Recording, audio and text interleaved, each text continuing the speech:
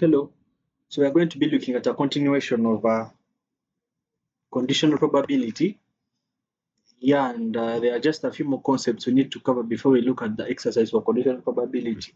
And also clearing out some few misunderstood concepts, especially where students tend to mix conditional and independent events. However, for most of these word problems, as you can see now, for example, this question, it's not stated anywhere that this is conditional or independent probability.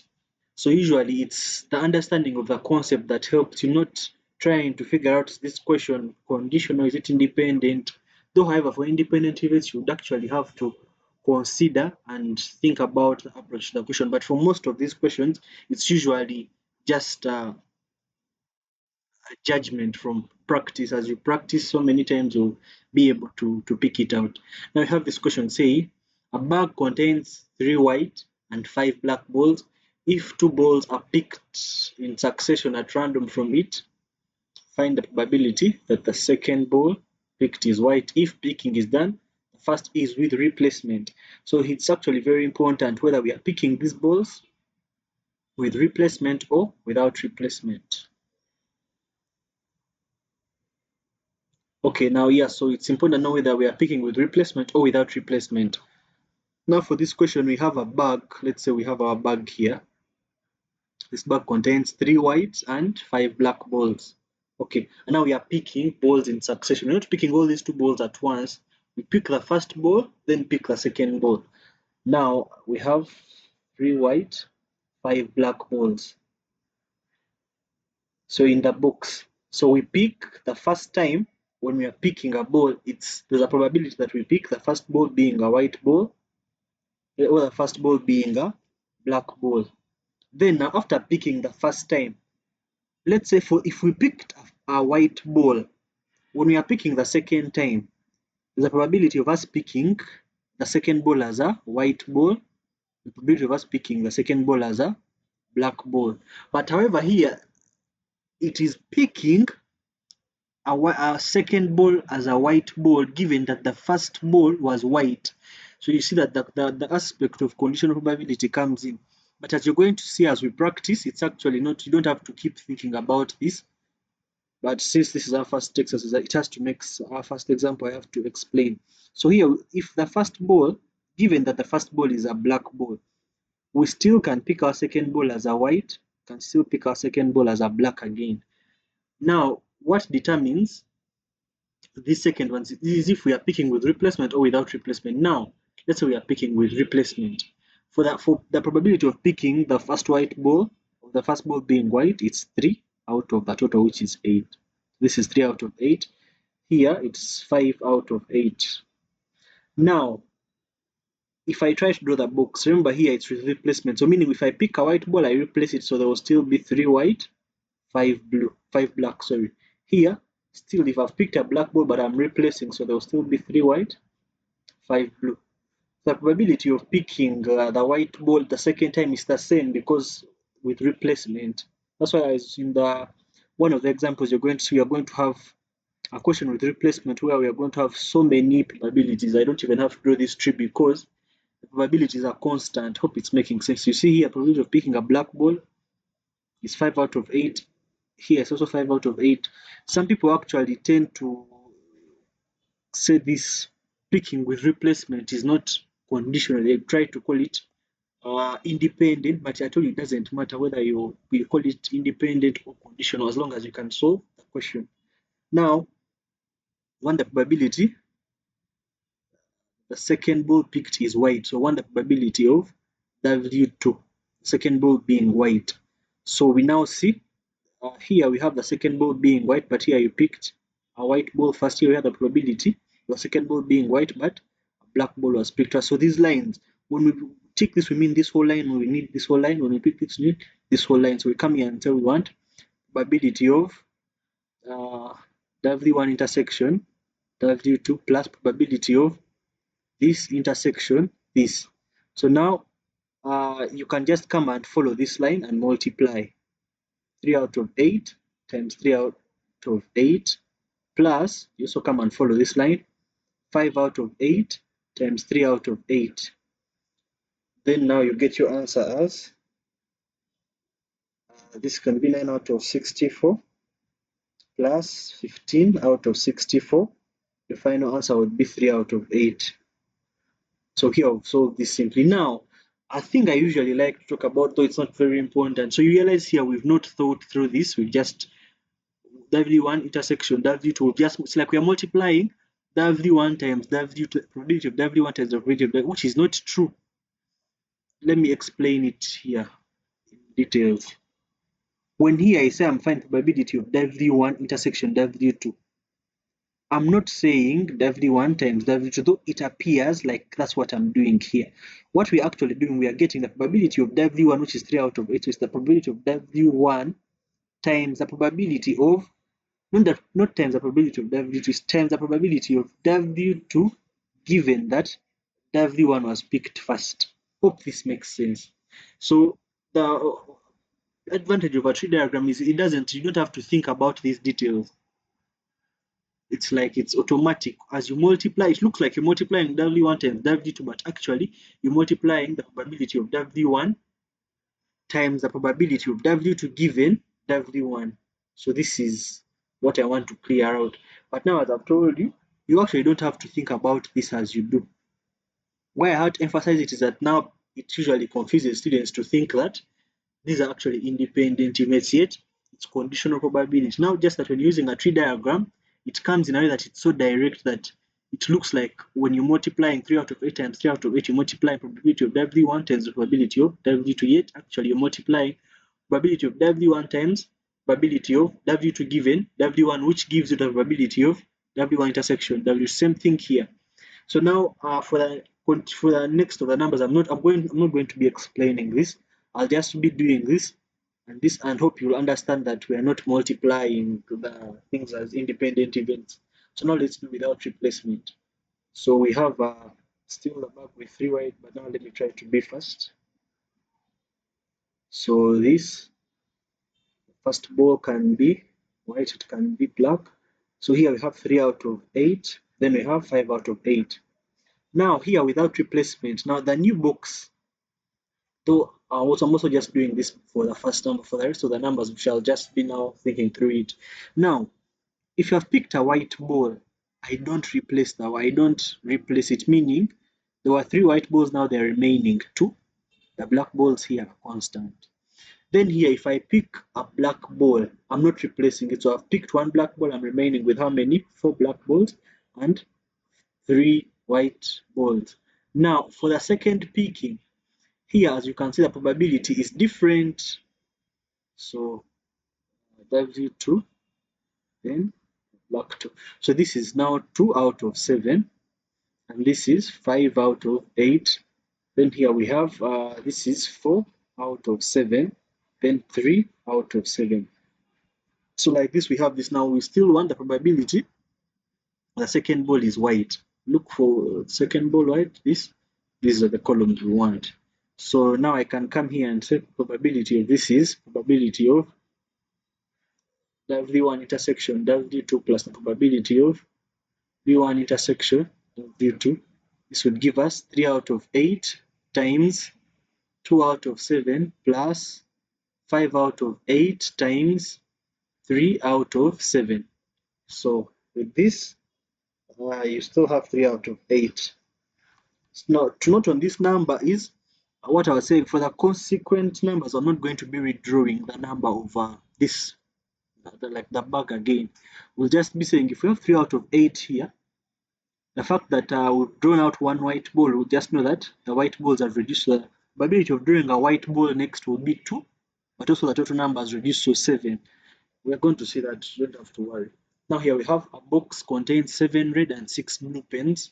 So we have a box having 7 red and 6 blue pens.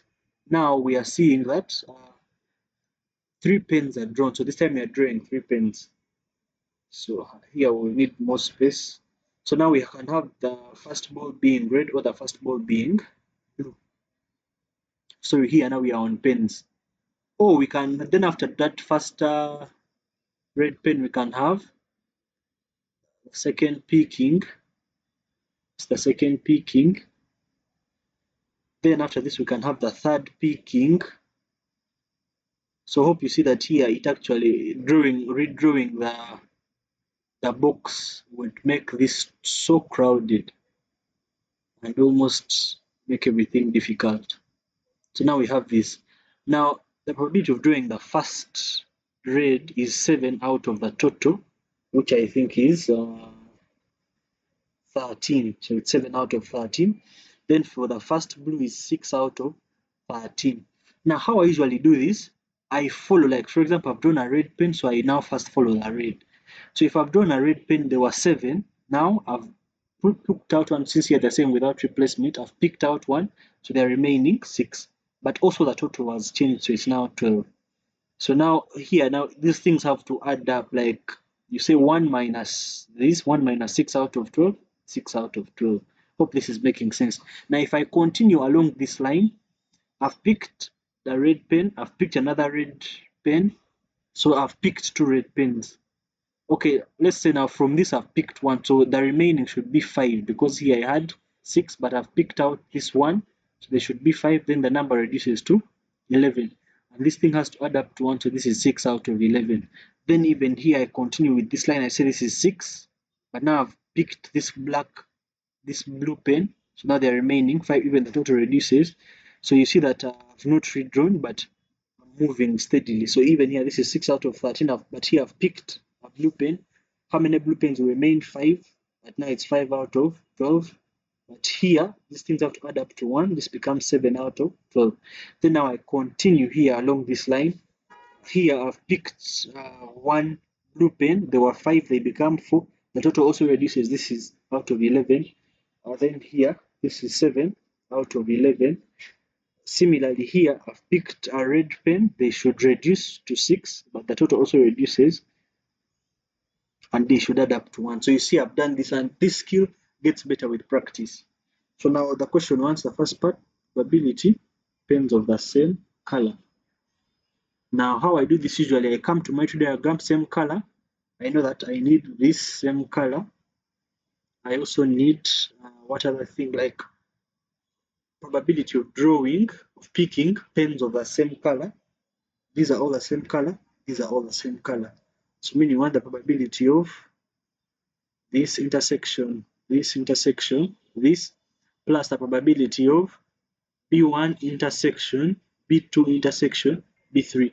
Because here now you see we have all colors, same colors. Here we have all these colors being red, all these colors being blue. Now we just have to come and multiply. That's I told you, that's the beauty about the tree diagram, that you just multiply. However, I told you don't confuse to think we are doing this like independent events. We are not doing it. It's just that the tree diagram makes it look like that. But so now for this I follow this row, I follow this. For this I come and follow this. So this is the beauty about that this tree diagram. It makes what would have been a very complicated thing very simple. So now here you would have 35 out of 286 plus 10 out of 143. You'd have your answer as 5 out of 26. So we have this. Now for the next question, because I don't want to, actually the solution of this second part is going to cross to the next page, but because the explanation is going to need us to look at this, let's first start from here. Now the probability of at most 2 blue pens. Now the first language, you have to understand, what does at most mean. At most 2 means the highest should be 2. So if I say at most 2, what do I mean? I want 2 blue pens, but I also want 1, and I also want 0 blue pens. So now let me come and choose out. These are, when I say at most, if I said I want at least 3, at least 2, it would mean 2 or more. So 2 pens or 3 red pens. But now here we are at most. At most means the highest should be 2. But now, so when I come here there are 3, so I cancel that. Here, when I follow this line, here I have these are 2. That's okay, because you see at most 2 is okay. Here I have 1, and then So these are 2. This is okay. Then I have this column. This is 1 red pen. Oh, sorry, we are on blue pen. So this is, sorry, let me correct this. Let's rethink this now. So at most 2 blue pens. So now I have to come here. We have 0 blue pens because all these pens are red. So this is okay. It's required, as you see from here, our thing here. Then when you follow this, this is we have 1 blue. That's okay. When I follow, if you have to follow each of them, when you follow this, you realize I have 1 blue. That's okay. When I follow this, I realize I have how many? These are 2 blues. This is okay. I follow this line. I have 1 blue. That's okay. I follow this line. I have 2 blues. That's okay. I follow this line. I have, these are 2 blues, and so these are 2 blues. Then now this last line, when I follow it, you realize I have 3 blues, which is not okay because this is not at most. Because we said that most is the highest should be 2. So you realize I have to get all these and add them. So you realize this is actually hard. Another possibility which I'll show you is you just get the probability of this and subtract 1. Like it's the same as the complement concept we've been seeing in those other probabilities if you've been following. So here we just say 1 minus this. So very first you just have to, I'm going to write this on the next page. Probability of at most 2 blueprints is the same as the probability is equal to the probability of R1 intersection R2 intersection R3 plus probability of this plus the probability of this. So this entire line, and then after you multiply them, so you realize it actually gets somehow complicated. And by now in mathematics, one of the mistakes you can do is to give yourself a longer option because you're increasing your room for making a mistake. Yes, so usually the easier option, though choosing an easier option when you're not sure of it is also risky, but always, especially a new practice, because it's when you save yourself from an error, you've actually made sure you pass the number. So I'm going to pause this and write that long thing we're talking about. All right, so now this is the solution. So as you see, we added all these as we had said, and then we came up with this as the final answer also. Though in many of our questions here, I leave this space like unattended to, but this is something you should not do because it looks like you're saying nothing is equal to this. So ideally, you're supposed to follow through. Maybe this is equals to this, so this means this is equals to this. You like rewrite this, you write this, then finally you come and rewrite this. Now, something I want you to note and see. But if you don't understand it, well and good. If you do, well and good. Now, for this case where I'm adding, let's say you like look here, I'm adding this plus this. I see I'm adding this plus this. Now, when you like going both these lines that are coming from one mother, usually even if you multiply this times this, it will give you the same answer as you would get if you say this times this plus this times this times this. I don't know if this makes sense. So meaning this question would have been cut much shorter by me just saying, instead of going this times this times this times this times this, I just say this times this. The answer I get from this is the same as the sum of these two. So meaning for this question, someone would have just said this like to cater for this whole line. And now even to cater for this two, I just do this. I multiply this times this. Then to cater for this whole line. So you realize this question would have been much shorter and it actually gives you the same answer. Think of it in this way. If I have probability of getting one red being 7 out of 13, if I go through all the branches coming from red R1, I'm going to get 7 out of 13. But if I come and say, I go this line, I multiply, I add plus this line, I add plus this line, I add plus this line, I'm going to get 7 out of 13. In the same way, if I come to R2 and I multiply all these lines coming from it, I'm going to get what I would get if I just multiply these two.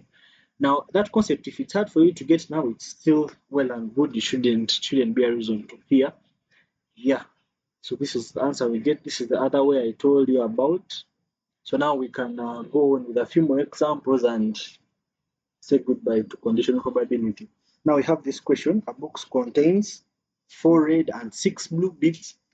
4 beads are drawn at random from it with replacement.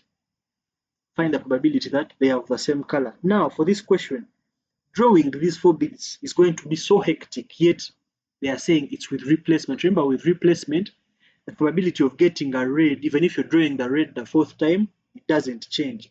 So here you just have to get what's the probability of red. 4 out of the total, which is 4 plus 6, that would be 10. Probability of a blue would be 6 out of 10. And it doesn't change what I'm drawing for the 10th time because we keep replacing.